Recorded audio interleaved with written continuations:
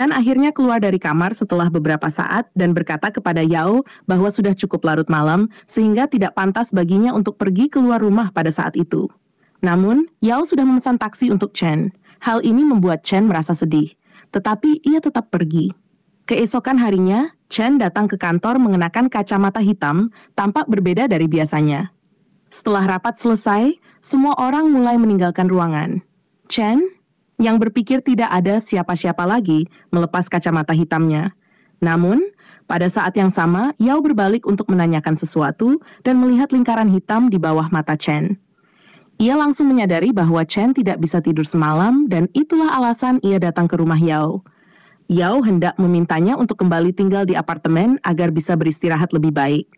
Tetapi rekan kerja mereka tiba-tiba datang dan mengajak Yao untuk berpesta. Menghentikan percakapan mereka. Di adegan berikutnya, Yao menerima telepon dari ibunya yang mengabarkan bahwa ia dan ayahnya akan datang ke kota minggu depan dan akan tinggal di rumah Yao selama beberapa hari. Mendengar hal ini, Yao merasa senang. Ia berpikir bahwa kepergian Chen dari apartemen sebelumnya adalah hal yang tepat. Malam harinya, Yao berada di rumah ketika ia mendapat telepon dari Chen. Chen memberitahunya bahwa mereka harus pergi keluar kota keesokan harinya untuk menangani sebuah kasus. Jadi Yao perlu menyiapkan tasnya. Yao setuju dan, untuk membuat suasana lebih hangat, ia mengundang Chen untuk makan malam bersama. Selama makan malam, Yao sengaja memutar film horor dengan harapan membuat Chen ketakutan sehingga ia bisa mengolok-oloknya. Namun rencananya berbalik ketika ia sendiri yang mulai merasa takut. Chen, yang melihat Yao mulai gelisah, mengatakan bahwa ia akan tinggal di rumah Yao malam itu karena rumah Yao lebih dekat ke bandara. Setelah itu, Yao pergi ke kamarnya untuk tidur. Namun, bayangan film horor yang baru saja ditonton membuatnya sulit tidur. Tiba-tiba, angin kencang mulai bertiup dan listrik di rumahnya mati. Panik, Yao berlari ke kamar Chen dan mengetuk pintunya. Ketika Chen membuka pintu, Yao meminta izin untuk tidur di kamarnya karena ia merasa ketakutan. Namun, Chen, yang salah paham dengan niat Yao, menuduhnya ingin merayunya dan bahkan bercanda bahwa ia akan mengajukan kasus pelecehan seksual. Merasa tersinggung, Yao dengan tegas menjelaskan bahwa ia hanya ingin bertanya beberapa pertanyaan tentang kasus mereka. Chen akhirnya setuju dan mereka mulai berdiskusi, perlahan melupakan ketegangan yang sebelumnya terjadi. Yao menjatuhkan teleponnya, dan ketika Chen mengambilnya, ia tanpa sengaja melihat bahwa Yao telah menyimpan namanya dengan nama panggilan hewan peliharaan. Melihat hal ini, Chen merasa kesal dan langsung menyuruh Yao keluar dari kamarnya. Namun, Yao menjelaskan bahwa ia merasa sangat takut setelah menonton film horor, sehingga ia memohon untuk diizinkan tetap di kamar. Akhirnya, Chen mengalah dan membiarkannya tidur di kamar.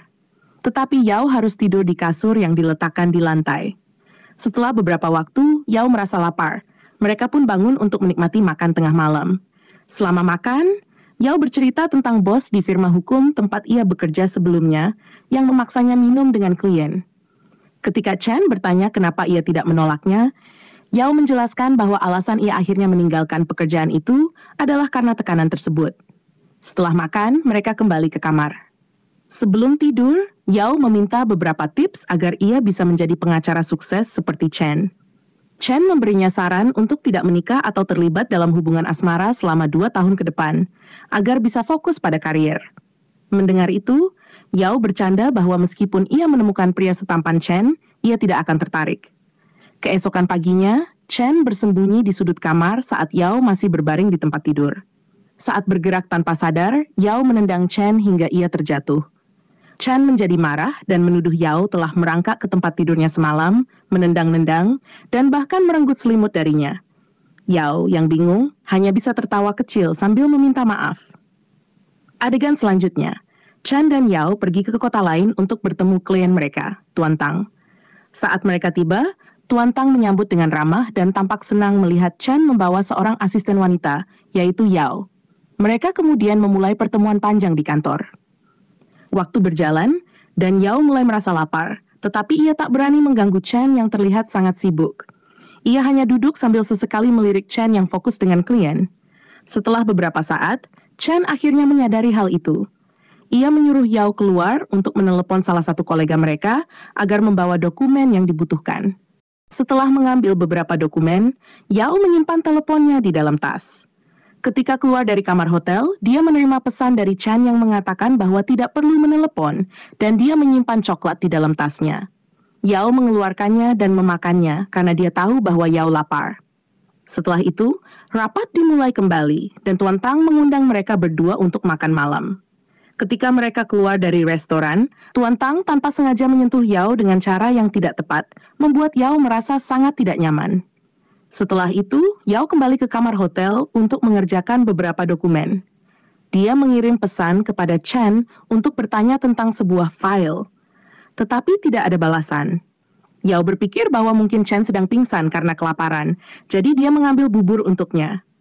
Chen keluar dari kamar mandi, dan Yao dengan paksa masuk ke dalam kamarnya untuk memperbaiki jubah mandinya.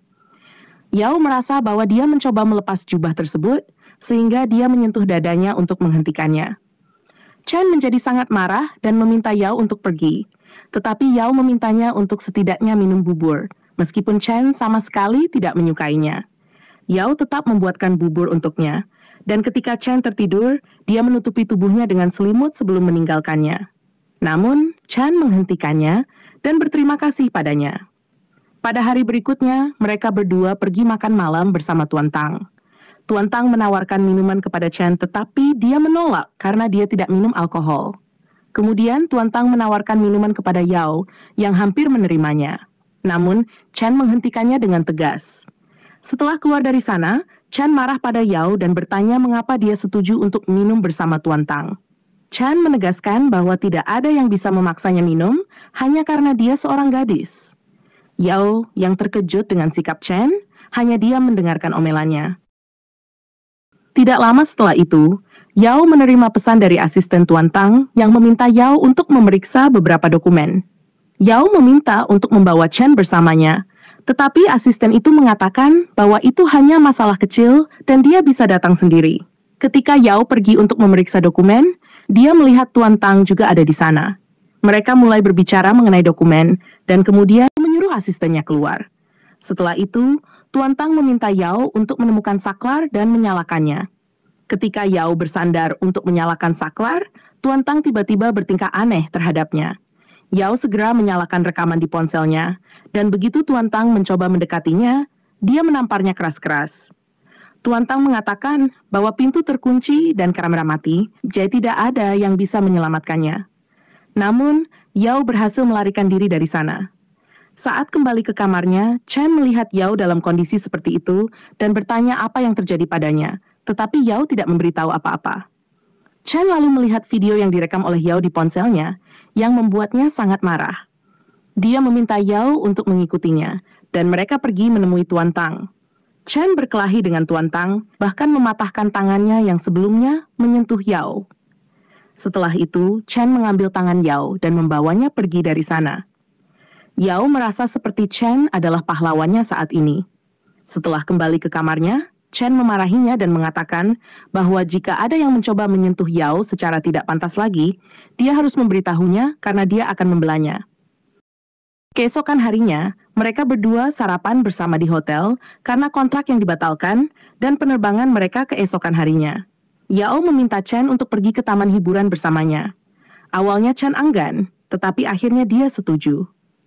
Setibanya di taman hiburan, Yao ingin memenangkan mainan dengan membidik dengan senapan angin, tetapi bidikannya sangat buruk. Dia bercanda bahwa dia berharap memiliki suami yang akan membantunya. Chen kemudian mendatanginya dan membantu membidik, akhirnya memenangkan mainan untuknya. Namun, Chen dengan sengaja mengambil mainan itu dari tangannya dan menyimpannya sendiri. Setelah itu, mereka berdua pergi untuk melihat pertunjukan akuarium, di mana mereka mulai bertengkar tentang sesuatu. Chen memberikan hukuman kepada Yao untuk menulis surat permintaan maaf sebanyak 5.000 kata. Yao mulai menulis, tetapi tertidur saat sedang menulis. Chen kemudian mendatanginya, menutupinya dengan selimut, dan terus menatapnya sebelum akhirnya dia sendiri tertidur. Keesokan harinya, Yao terbangun dan melihat Chen yang masih tertidur.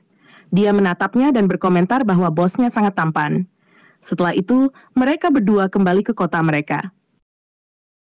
Setelah kembali ke Tiongkok, Shir datang menemui Chen untuk mengucapkan terima kasih atas semua bantuannya. Shear memberikan hadiah kepada Chen dan berkata, "Hadiah ini untuk membantu Anda mengatasi insomnia.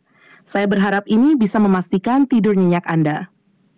Chen merasa sedikit malu dan menjawab, "Anda tidak perlu berterima kasih pada saya. Saya sangat menghormati Anda sebagai senior saya di universitas. Kebaikan Anda begitu besar sehingga jika saya mendapat kesempatan untuk membantu Anda lagi, saya akan dengan senang hati melakukannya." Namun, situasi berubah ketika Wu Jun tiba dan langsung mengonfrontasi Chen.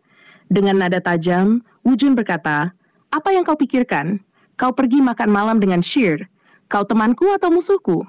Chen membalas dengan santai, "Bukan hanya itu, Shear juga memberiku hadiah yang takkan pernah dia berikan padamu." Perkataan itu memancing emosi Wu Jun. Wu Jun kemudian membahas kasus Tuan Tang dengan kemarahan yang memuncak. Dia berkata, "Tuan Tang adalah orang hina. Aku akan menuntutnya sampai bangkrut." Chen menenangkan Wu Jun dan menjelaskan dengan tenang, Yao ingin melupakan kejadian itu. Jika kita terus mengingatkannya, itu hanya akan memberikan dampak negatif pada dirinya. Membalas dendam bukan solusinya. Ketika Chang Shir tiba di rumah, dia langsung dihadang oleh Ming, yang tampak marah dan mulai menyerangnya dengan kata-kata. "Kemana kamu pergi setiap hari dengan pakaian bagus seperti itu? Siapa yang kamu coba buat terkesan? Kamu hanya seorang wanita bercerai yang sudah ketinggalan zaman. Wu Jun hanya bersamamu untuk kesenangan. Apa kamu pikir dia akan menikahimu? Dia hanya akan memanfaatkanmu lalu membuangmu. Kalau ada yang cocok untukmu, itu hanya aku," ujar Ming dengan nada tajam. Mendengar hinaan itu, Chang Shir tak tinggal diam. Dia mulai merekam Ming dengan ponselnya dan berkata, "Jika kamu tidak berhenti, aku akan melaporkanmu ke polisi." Namun, Ming merebut telepon itu dari tangannya, dan pertengkaran pun terjadi. Setelah perkelahian singkat, Ming pergi dengan kesal, meninggalkan Chang Shir yang masih tertekan. Sementara itu, ketika Yao kembali ke rumah, dia menemukan mainan yang diberikan Chen sebagai hadiah tergeletak di luar kamarnya. Dia terkejut melihat Chen kembali ke sana, seolah berencana untuk menginap lagi. "Bos, jika Anda memberitahu saya sebelumnya, saya pasti sudah memasak sesuatu untuk Anda," ujar Yao setengah bercanda. Keesokan harinya, Yao memberitahu rekan-rekannya bahwa Chen menyebutkan rencana mengadakan latihan membangun tim selama beberapa hari. Rekan-rekannya menjadi sangat antusias mendengar kabar itu. Namun, suasana berubah ketika mereka mengetahui bahwa pengacara lawan dalam kasus Yao adalah bos mereka sendiri, Chen. Yao berpikir ini adalah kesempatan emas untuk balas dendam di pengadilan. Ketika persidangan dimulai, Yao awalnya terkejut dengan pengacara lawan, Tuan Fung, yang meremehkannya dengan sikap sombong. Namun, Yao berhasil menangani kasus itu dengan percaya diri dan bahkan dengan mudah mengalahkan Tuan Fung. Hal ini membuat Chen terkesan dengan kemampuannya. Setelah persidangan selesai, Yao pulang ke rumah dan mendapati ibunya sudah tiba. Saat Yao melihat ibunya, dia juga melihat Chen berdiri di dekatnya, seolah-olah sedang menunggu. Yao bergabung dengan ibunya dan Chen merasa sedikit bingung, tetapi juga penasaran dengan apa yang sedang terjadi. Ketika ibu Yao tiba di rumah, suasana berubah menjadi canggung. Pada awalnya, ibunya mengira Chen adalah pacar Yao. Namun, Yao buru-buru mengklarifikasi, "Tidak, dia hanya bos saya." Chen juga mengonfirmasi hal ini dengan sopan. Namun, penjelasan mereka tidak sepenuhnya meyakinkan sang ibu. "Apakah seorang bos benar-benar tinggal bersama karyawannya? Kalau dia bukan pacarmu, tidak pantas dia tinggal bersamamu. Keluarkan dia dari sini," ujar ibunya dengan tegas. Merasa terpojok, Yao mencoba menenangkan ibunya. Dengan cepat, dia berkata, "Ya, Bu, kami memang mencoba menyembunyikannya darimu. Dia memang pacarku." Yao terus meminta maaf sambil tersenyum canggung, tetapi Chen hanya diam dan menatapnya dengan tatapan bingung. Ibu Yao tampaknya belum sepenuhnya puas. Dia menarik Yao ke samping dan berbisik, "Kamu cukup berani hidup dalam suatu hubungan tanpa memberitahuku. Bagaimana kamu bisa menyembunyikannya dariku?" Yao, yang merasa situasinya semakin rumit, memikirkan cara untuk mengalihkan perhatian ibunya. Dia akhirnya berhasil membawa ibunya keluar dengan alasan bahwa sudah waktunya ibunya pergi. Saat berada di luar, Yao berkata, "Sebenarnya, pacarku adalah pria biasa yang malang. Aku pikir ibu tidak akan menyetujuinya, jadi aku merahasiakannya." Meskipun ibunya tidak senang mendengar pengakuan itu, dia memilih untuk tidak berdebat lebih jauh dan pergi dengan diam-diam. Setelah itu, Yao kembali ke apartemennya, tetapi dia mendapati Chen sedang duduk di sana dengan wajah marah. Yao mencoba meminta maaf. "Bos, aku minta maaf. Aku berbohong tanpa persetujuanmu. Tapi, bisakah kau berpura-pura menjadi pacarku di depan ibuku untuk sementara waktu? Chen menghela napas panjang, tetapi tidak langsung menjawab. Keesokan harinya, Chen pergi ke pertemuan dengan kliennya. Setelah pertemuan itu selesai, dia mengirim pesan kepada Yao, meminta untuk menemuinya di suatu tempat. Yao merasa cukup senang menerima pesan itu, tetapi kebahagiaannya tidak bertahan lama. Dia tiba-tiba menerima telepon dari Ting Ting yang terdengar menangis histeris dan memintanya untuk segera datang. Merasa sangat khawatir, Yao langsung membatalkan rencana dengan Chen dan segera pergi menemui Ting Ting. Yao mengetahui bahwa Ting Ting bertengkar dengan suaminya karena mencurigainya berselingkuh. Yao mencoba menenangkan sahabatnya itu dengan berkata, "Pengiriman bayimu akan segera tiba. Kamu harus menjauh dari ketegangan dan kekhawatiran seperti ini. Tolong tenang." Sementara itu, Chen menunggu Yao di restoran setelah memesan makanan 2 kali lipat. Dia berharap bisa menikmati makan malam bersama, tetapi akhirnya harus makan sendirian dalam keheningan karena Yao tidak datang.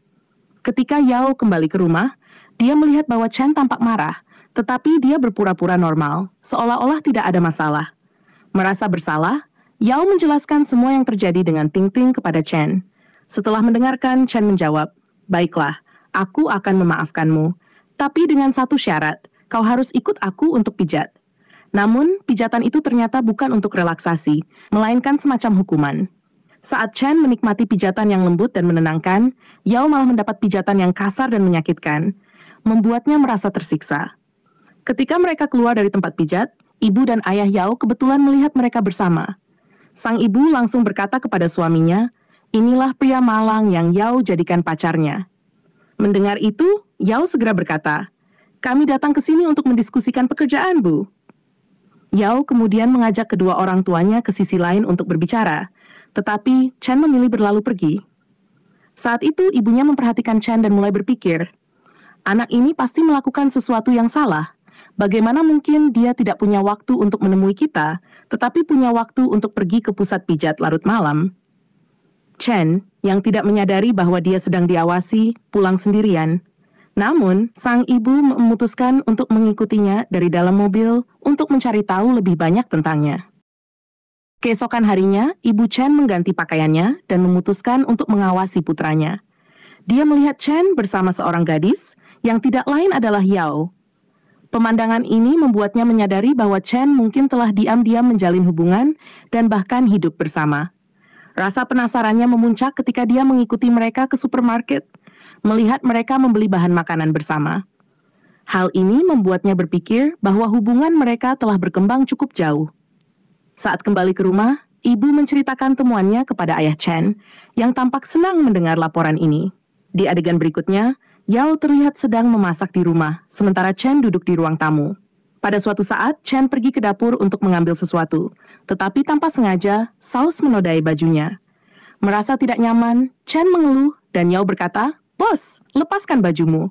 Aku akan mencucinya sekarang." Dengan sedikit ragu, Chen akhirnya menyerahkan bajunya. Tepat pada saat itu, ibunya masuk ke rumah.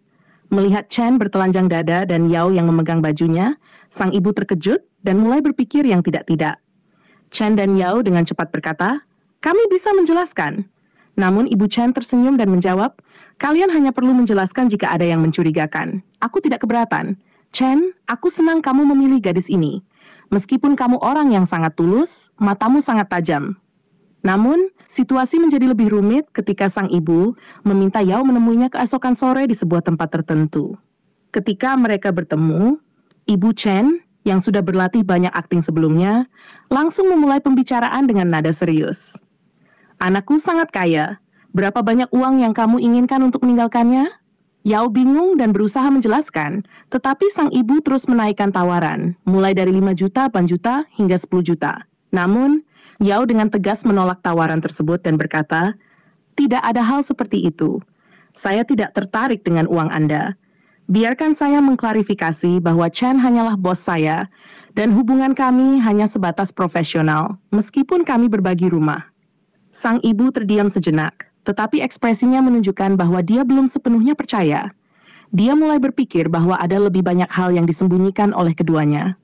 Ketegangan semakin memuncak ketika Ibu Chen terus mencoba menyatukan Yao dan Chen.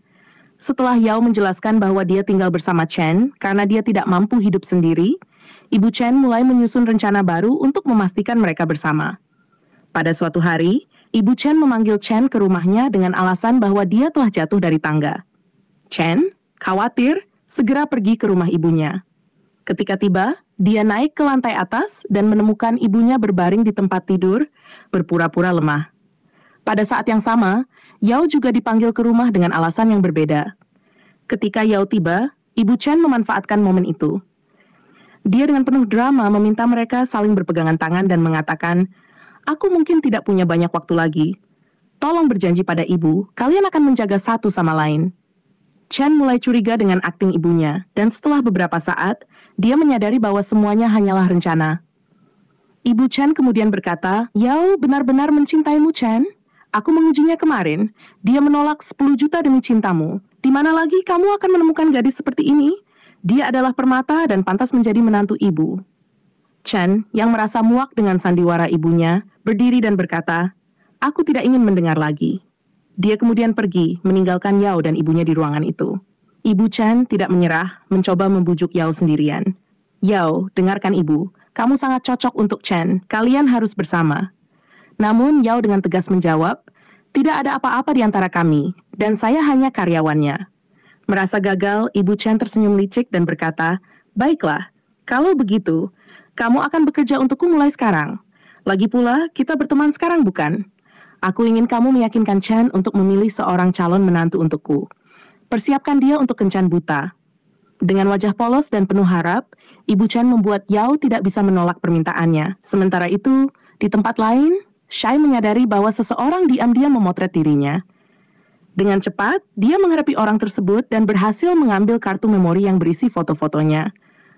Orang itu segera melarikan diri, meninggalkan Shai dengan banyak pertanyaan tentang motif di balik tindakan tersebut.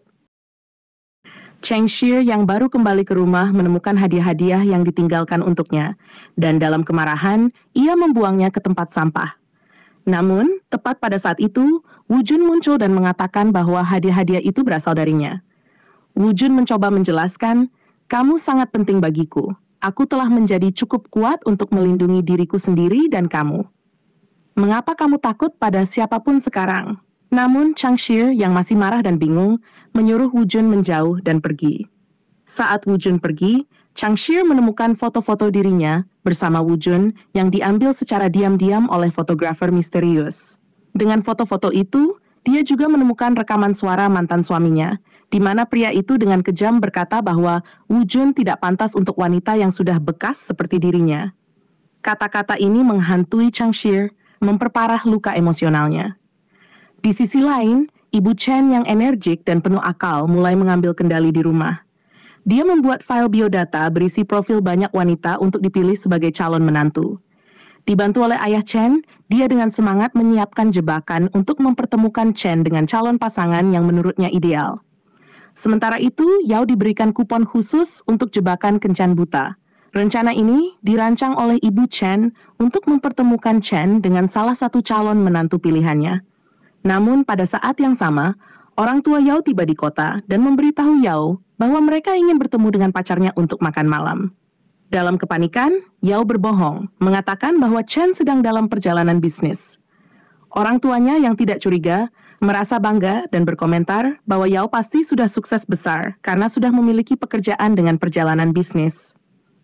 Yao yang mendapatkan email mendesak dari kantor harus segera pergi, meninggalkan orang tuanya di rumah. Tanpa sepengetahuannya, orang tuanya menemukan kupon prasmanan yang ia simpan. Mereka yang mengira kupon itu untuk mereka memutuskan menggunakan pergi menikmati makanan bersama. Di sisi lain, Yao menunjukkan menu restoran baru kepada Chen pada malam harinya, mengungkapkan betapa ia ingin mencoba makanan laut di sana. Namun, ketika ia menyadari bahwa kuponnya hilang, Chen dengan santai mengatakan bahwa mereka tidak membutuhkan kupon dan menawarkan untuk pergi bersama. Chen, salah memahami niat Yao, mulai berpikir bahwa undangan makan malam ini adalah tanda perasaan romantis dari Yao. Ia bahkan mulai memikirkan pakaian terbaik yang akan ia kenakan untuk kencan pertama mereka keesokan harinya. Pada hari yang telah ditentukan, Chen berdandan dengan sempurna seperti model dan menunggu Yao di restoran. Namun, alih-alih Yao, seorang gadis lain muncul dan duduk di depannya. Gadis itu memperkenalkan dirinya sebagai orang yang dikirim oleh Ibu Chen untuk kencan buta. "Jadi, kamu pengacara Junhang, bukan? Ibumu mengirimku ke sini," katanya dengan nada percaya diri. Chen menyadari bahwa ia telah terjebak dalam rencana ibunya. Ketika ia mencoba pergi, gadis itu dengan sombong berkata, "Sepertinya kamu tidak bisa menangani sikapku. Jangan khawatir, pada akhirnya kau pasti akan jatuh cinta padaku."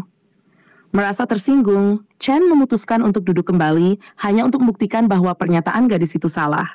Namun, situasi menjadi kacau saat orang tua Yao tiba di restoran. Mereka kaget melihat Chen duduk bersama wanita lain.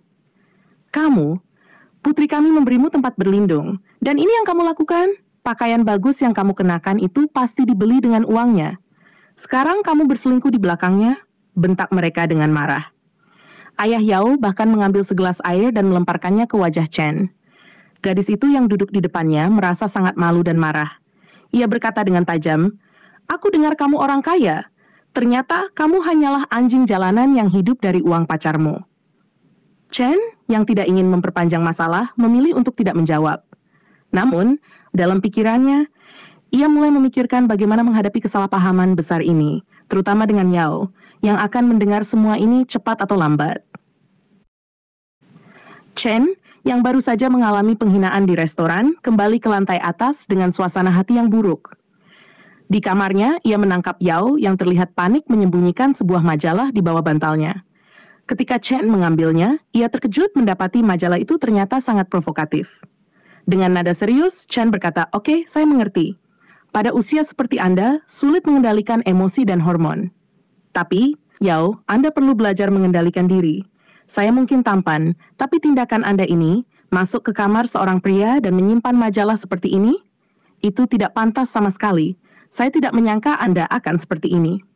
Yao merasa sangat malu, mencoba meredakan situasi dengan berkata, "Pak, tolong ambilkan sup yang saya buatkan untuk Anda." Chen, meski sedikit kesal, mengambil sup itu. Namun, ketika ia mencicipinya, ia menyadari ada sesuatu yang aneh. Sup itu ternyata dibuat oleh Ibu Yao dan mengandung ramuan yang dikenal dapat meningkatkan hormon pria. Melihat ekspresi Chen yang berubah, suasana menjadi sangat canggung. Di tengah momen ini, Yao menerima telepon mendesak dari Ting Ting.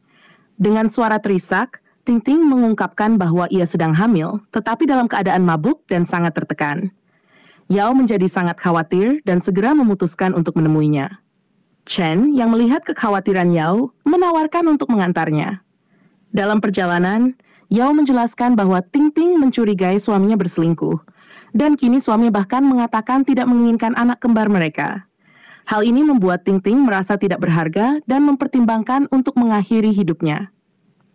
Ketika mereka tiba, mereka menemukan Ting Ting di ambang melakukan sesuatu yang berbahaya.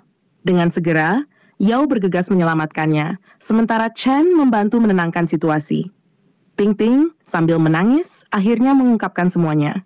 "Dia punya wanita simpanan, Yao. Dia bilang dia tidak ingin anak-anak kami. Aku tidak tahu harus bagaimana lagi." Yao memeluknya erat dan berkata, "Ting, kamu tidak sendiri. Aku di sini untukmu. Kita akan melewati ini bersama." Yao memberikan mantelnya kepada Ting Ting, mencoba memberikan sedikit kenyamanan di tengah kekacauan emosional. Chen, yang tak ingin Ting merasa lebih tersinggung, juga memberikan mantelnya kepada wanita itu. Mereka bersama-sama menuju hotel tempat suami Ting Ting diduga menginap. Setibanya di hotel, Yao dan Ting Ting masuk ke dalam untuk menghadapi pria tersebut. Pertengkaran sengit segera terjadi. Yao dengan nada tegas berkata, "Jika Anda belum menyentuh Ting Ting, saya akan menuntut Anda. Dia sedang hamil dan Anda seharusnya melindunginya, bukan melukai hatinya." Namun, suami Ting Ting tidak mundur. Dengan nada dingin, dia membalas, "Ting telah menyebabkan saya banyak depresi. Wanita ini," katanya sambil menunjuk ke pacarnya, "adalah orang yang membantu saya keluar dari semua itu. Saya ingin bersamanya sekarang. Saya mencintainya." Pacar barunya menambahkan dengan sinis, "Ting bahkan telah melanggar privasi saya. Dia mengambil foto-foto rahasia saya dan menyebarkannya di kantor. Saya akan menuntutnya." Ting Ting, yang terluka dan dipenuhi rasa frustrasi, menangis terisak-isak, sementara Yao mencoba untuk menenangkannya. Setelah perkelahian verbal yang tegang, mereka keluar dari hotel. Chen, yang tetap setia menunggu di luar dekat mobil, melihat mereka dengan ekspresi prihatin. Karena Ting Ting kini menghadapi begitu banyak masalah dan tidak dapat pulang ke rumahnya, Chen dan Yao memutuskan untuk mengatur agar Ting Ting tinggal di hotel sementara. Saat Chen duduk di mobil, tampak kelelahan setelah semua drama, Yao mendatanginya dengan sekotak bubur. "Anda belum makan apapun sepanjang hari," katanya dengan nada lembut. "Tolong makan ini, atau Anda akan berakhir dengan perut kosong dan merasa tidak enak badan lagi." Chen yang biasanya menjaga jarak emosional merasa sedikit tergerak. Namun, Yao tampaknya tidak yakin bahwa Chen benar-benar akan memakannya. Jadi, dia memutuskan untuk memulai siaran langsung pribadi melalui aplikasi di ponselnya untuk memantau apakah Chen memakan bubur itu. Namun, tanpa disadari, Chen melakukan kesalahan teknis. Dia lupa memasukkan kata sandi untuk ruang siaran pribadi tersebut. Akibatnya, siaran itu justru dapat dilihat oleh semua orang yang terhubung ke grup obrolan Yao. Di layar, teman-teman Yao mulai memperhatikan siaran langsung tersebut. Komentar mulai bermunculan. Ketika para rekan kerja yang lembur di kantor menonton siaran langsung tersebut, mereka tak dapat menyembunyikan keterkejutan mereka. "Apa? Bos Chen dan Yao? Mereka terlihat seperti pasangan rahasia," kata salah satu dari mereka, dan segera rumor mulai menyebar. Sementara itu, Yao akhirnya mengetahui bahwa siaran langsungnya telah dilihat oleh banyak orang, termasuk rekan-rekannya. Ia membaca pesan-pesan yang dikirimkan. Wajahnya memerah karena malu. Chen juga mengetahui situasi tersebut. Tanpa berkata apa-apa, ia berjalan ke bawah menuju mobil. Namun begitu sampai, ia mendapati Chen telah tertidur di dalam mobil. Tak ingin mengganggu, Yao memilih untuk mengenakan headphone dan mulai menonton ulang video siaran langsungnya. Ia memperhatikan ekspresi Chen saat makan bubur dan berpikir. Dia terlihat sangat imut bahkan saat makan. Lama-lama, pikirannya mulai melayang. Bosku ini bukan hanya memiliki kepribadian hebat, tetapi juga wajah yang sangat tampan. Namun, sebelum lamunannya semakin jauh, Chen tiba-tiba terbangun. Dengan panik, Yao berpura-pura tidak memikirkan apapun. Untungnya, Chen tidak mendengar komentarnya tadi. Chen yang baru bangun menyodorkan roti kepada Yao sambil berkata, "Aku membelikan ini untukmu." Yao, yang tahu Chen sebenarnya membeli roti itu untuk dirinya sendiri, tersenyum dan berkata, "Bos, hari ini Anda sudah banyak membantu saya. Izinkan saya mentraktir Anda makan malam." Namun, Chen menjawab dengan santai, "Tidak perlu, aku tidak ingin pergi kemana-mana." Yao tak kehabisan akal dan berkata, "Kalau begitu, biarkan saya memasak makan malam untuk Anda di rumah." Mendengar itu, Chen hanya mengangguk setuju. Begitu mereka sampai di rumah, Yao dengan percaya diri menuju dapur. Tapi saat membuka lemari dapur, ia menyadari bahwa bahan makanannya hampir habis. Yang tersisa hanyalah mie instan dan beberapa butir telur. Dengan sedikit canggung, ia mencoba membujuk Chen. "Bos, bagaimana kalau kita makan mie saja malam ini? Saya bisa membuatnya lebih enak dengan telur dan sedikit bumbu."